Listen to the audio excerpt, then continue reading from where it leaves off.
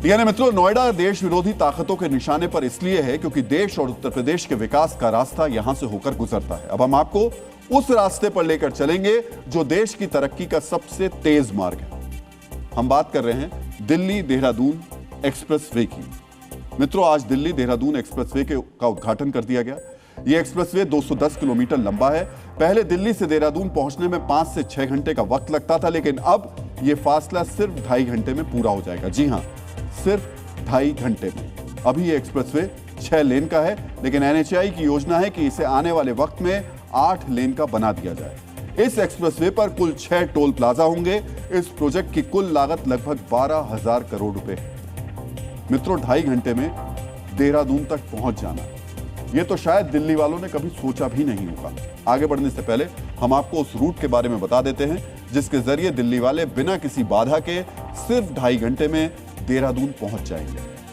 मित्रों, वो एक्सप्रेसवे के दिल्ली में अक्षरधाम मंदिर से ये शुरू होगा, फिर ये लोनी से होते हुए बागपत के खेकड़ा पहुंचेगा। खेकड़ा से सहारनपुर और गणेशपुर होता हुआ ये रास्ता देहरादून जाकर खत्म होगा। जब हम किसी एक्सप्रेसवे को देखते हैं तो आमतौर पर सोचते हैं कि चलो एक और एक्सप्रेसवे बन गया। जो लोग ऐसे एक्सप्रेसवे का इस्तेमाल करते हैं वो इसे एक सहूलियत मानते हैं, लेकिन एक्सप्रेसवे सिर्फ सफर का रास्ता नहीं है, बल्कि देश के विकास का मार्ग होता है, जिसका जिक्र दिल्ली देहरादून एक्सप्रेसवे के उद्घाटन के मौके पर प्रधानमंत्री नरेंद्र मोदी ने भी किया। इकोनॉमिक कॉरिडोर प्रगति के नए द्वार है, गेटवे हैं, डोर है, और इनसे उम्मीदों की डोर भी जुड़ी हुई है। इकोनॉमिक कॉरिडोर सड़क के अलावा नए नए व्यापार कारोबार का मार्ग बनाते हैं। फैक्ट्रियों के लिए, गोदामों के लिए पूरा नेटवर्क, उसका आधार तैयार करते हैं।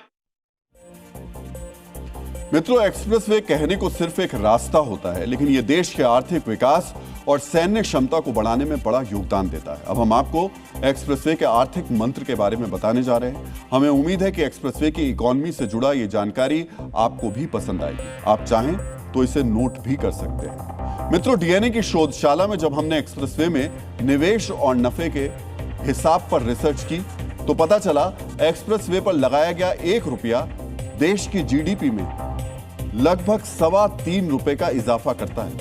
यानी 1 रुपए के एक्सप्रेसवे से 3 रुपए 21 पैसे का फायदा होता है। अगर अनुपात में हिसाब लगाया जाए तो यह निवेश की राशि हटाकर 221% का मुनाफा है। इतना मुनाफा तो आमतौर पर शेयर बाजार या फिर किसी बचत स्कीम में भी नहीं मिलता। मित्रों, हमारे देश में व्यापारिक माल की आवाजाही का लगभग 64.5% हिस्सा रोड नेटवर्क यानी सड़कों से होता है। एक्सप्रेसवे की वजह से इस आवाजाही पर होने वाला खर्च भी कम हो जाता है। जैसे 2014-15 में देश की GDP का 13 से 14% सड़कों से होने वाली आवाजाही पर खर्च हुआ, लेकिन 10 साल बाद यानी जब देश में एक्सप्रेसवे की संख्या बढ़ गई तो यह खर्च घटकर GDP का 7.97% हो गया। NCAER की एक रिपोर्ट के मुताबिक एक्सप्रेसवे की वजह से हर साल देश की GDP को 3.5 लाख करोड़ रुपए की बचत हो रही है।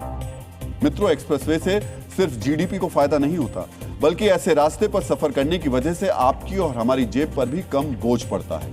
एक अनुमान के मुताबिक सफर का रास्ता छोटा हो जाने से औसतन 30 से 40% तेल कम खर्च होता है, यानी तेल की बचत आपका खर्च कम कर देती है। मित्रों, यही वजह है कि भारत अब तेजी से एक्सप्रेसवे बनाने की तरफ बढ़ रहा है। भारत के मिशन एक्सप्रेसवे की जानकारी देने से पहले हम आपको यह बताना चाहते हैं कि एक्सप्रेसवे बनाने के मामले में दुनिया का कौन सा देश सबसे आगे है। इस लिस्ट में सबसे ऊपर चीन है, जो अब तक 1,77,000 किलोमीटर लंबे एक्सप्रेसवे बना चुका है। 77,000 किलोमीटर के साथ अमेरिका दूसरे नंबर पर है। तीसरे नंबर पर स्पेन है, जहां 17,000 किलोमीटर के एक्सप्रेसवे बन चुके हैं। चौथे और 5वें नंबर पर जर्मनी और कनाडा हैं। 6,500 किलोमीटर एक्सप्रेसवे के साथ भारत दुनिया में फिलहाल 6ठे नंबर पर है और एशिया में दूसरे नंबर पर। मित्रों, भारत का लक्ष्य टॉप 5 देशों में अपनी जगह बनाना है। इसी लक्ष्य को पूरा करने के लिए भारत माला परियोजना को शुरू किया गया। इस योजना के जरिए पूरे देश को एक्सप्रेसवे के जरिए जोड़ा जाना है।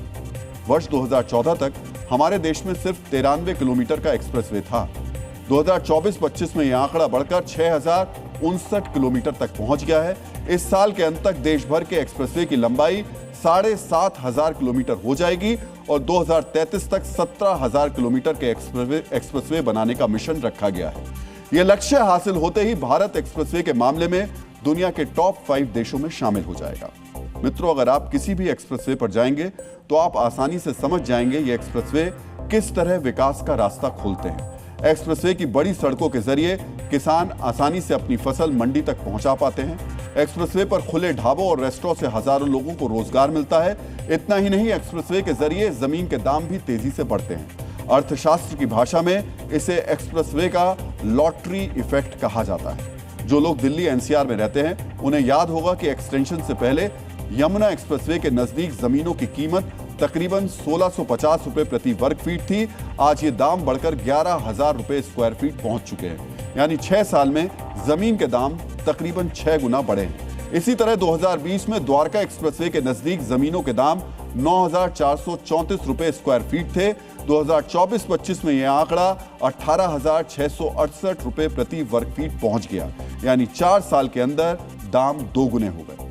मित्रों, जब एक्सप्रेसवे के लिए जमीन का अधिग्रहण किया जाता है तो यही बढ़े हुए दाम किसानों की किस्मत पलट देते हैं। सिर्फ जमीनों के अच्छे दाम ही नहीं मिलते, बल्कि ग्रामीण इलाकों में आय भी बढ़ जाती है। इसी मुद्दे पर सिंगापुर इकोनॉमिक रिव्यू ने एक रिसर्च की।